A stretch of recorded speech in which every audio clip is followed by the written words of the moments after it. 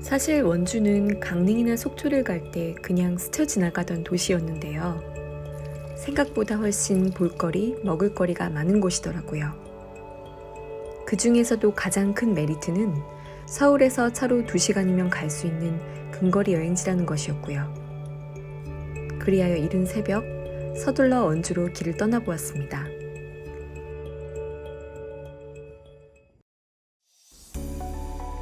이른 아침부터 여는 식당이 있을까 해서 검색을 해보니 고향집이라는 곳이 아침 7시 반부터 영업을 한다고 해서 찾아가 봤습니다. 허영만 선생님의 식객에도 나온 집인데 자극적인 맛은 아니지만 보리새우와 들기름으로 맛을 낸 슴슴한 두부전골이 먹을수록 자꾸 손이 가는 정겨운 맛이었습니다.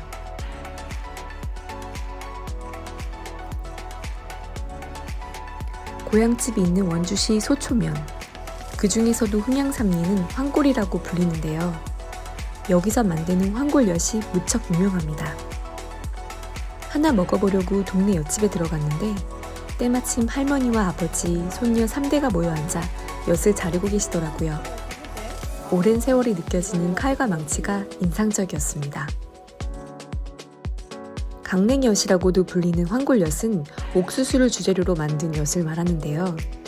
일반적인 엿과는 달리 물에 불린 곡물과 엿기름을 끓여서 만들어요. 4시간가량을 졸이면 조청, 2시간을 더 졸이면 엿이 되는데요. 본래 엿은 설탕이 들어오기 전까지 단맛을 내는 중요한 식재료였다고 합니다. 한 입 먹어보니 제가 지금까지 먹었던 엿과는 완전 수준이 다르더라고요.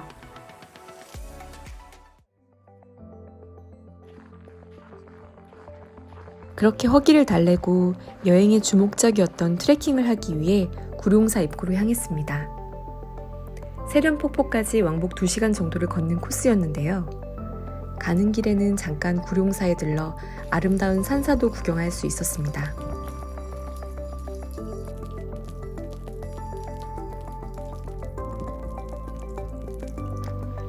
구룡사부터 세련폭포로 이어지는 길은 강원도의 아름다운 설경을 감상하기에 무척 좋은 코스였어요. 폭포에 도착해서는 잠시 멈춰서서 조용히 눈을 감고 있었는데요. 차가운 홍시처럼 달달한 겨울산 냄새와 조용한 바람 소리가 도시에 지친 마음을 싱그럽게 달래주는 것 같았습니다.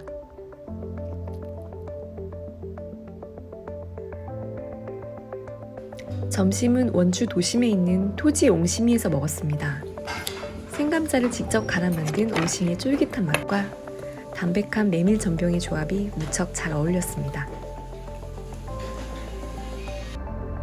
마지막 여정은 원주의 랜드마크라 할 수 있는 뮤지엄 산이었습니다.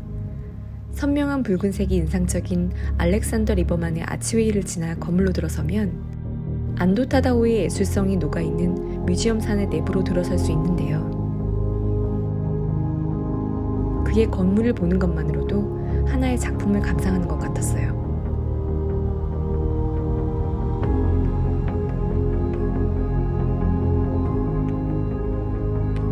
야외 가든과 종이박물관, 미술관을 볼 수 있는 기본권만 끊었는데도 모두 관람하는 데 2시간이 넘게 걸리더라고요. 다음에 원주에 올 때는 작년에 새롭게 문을 연 명상관도 꼭 체험해보리라 다짐했습니다. 아름다운 자연과 맛있는 먹거리가 가득한 원주. 봄이 되면 꼭 다시 찾고 싶은 아주 매력적인 여행지였습니다.